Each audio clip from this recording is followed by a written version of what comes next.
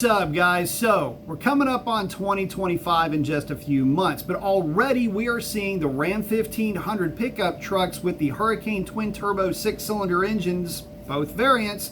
Well, they're hitting the streets, and so far the results are looking pretty impressive. The standard output, which makes 420 horsepower, 470 foot-pounds of torque. By the way, the outgoing V8 was 400 horsepower and 400 torque-ish, so quite a bit more power. Well, it's so far proving to be a pretty solid performer by that comparison, but it's the high output variant that a lot of folks are just now getting to talk about. That combination, and it's all-wheel drive only, by the way, well, it's showing 12-second ETs. And that's putting it in some pretty lofty territory. That's TRX territory. In other words, the Hellcat variant of the pickup truck, it's in the same ballpark. Not too shabby for a little 3-liter 6-cylinder when we're talking about performance. But a lot of guys, well, they're still lamenting the fact that they're not going to have a V8 in their trucks. And I can kind of understand that. A lot of guys like the instantaneous torque of a V8. And, well, let's not forget that that high output variant, well, you're going to have to spend about $80,000 to get a truck with that kind of engine package in it. So it's the standard output that we can talk about more freely, I suppose. But I guess the question that I have here is, for the trucks, I can understand the want of a V8. The instant tip-in throttle response, the torque, in other words, is going to be better with an Atmosphere V8, and I can see where guys would miss that. But what about the Charger?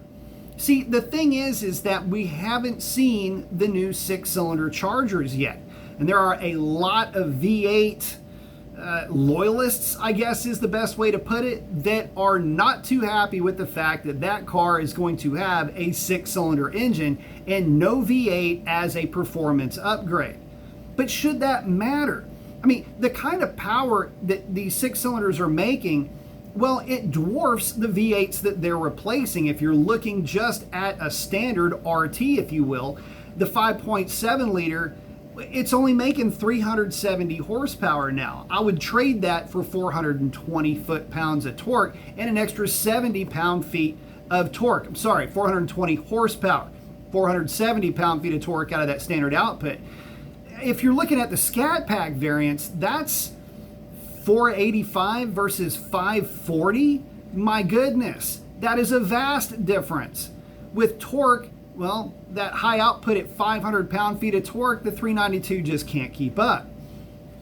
But if you are a V8 loyalist, does that matter?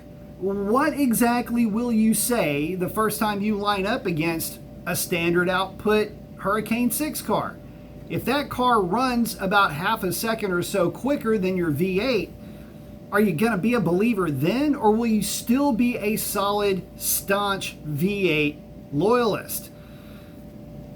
And I guess this is kind of more of a thought experiment for me too, but for you V8 loyalists, I mean, the 6-cylinder thing is happening. There's no getting around that. There's not going to be a V8. So you either learn to love it or stick with what you got and find something out there on the used market with a V8 that scratches your itch.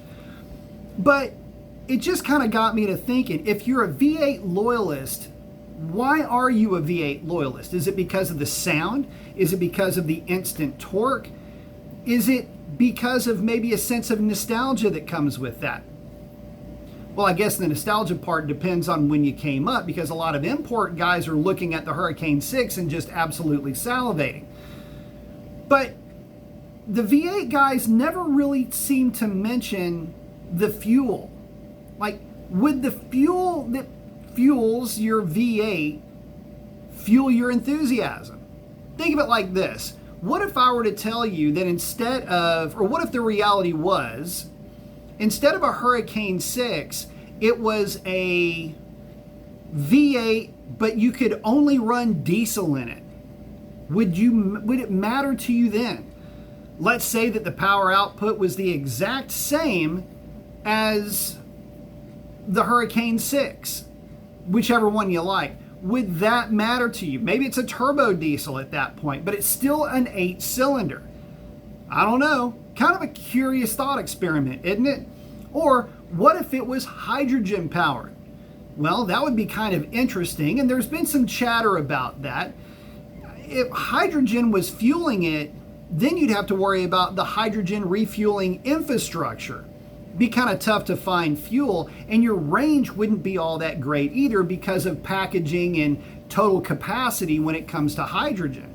So would that bother you, or would you accept that compromise, if you will, just to have a V8? What about liquid natural gas? Kind of the same thing.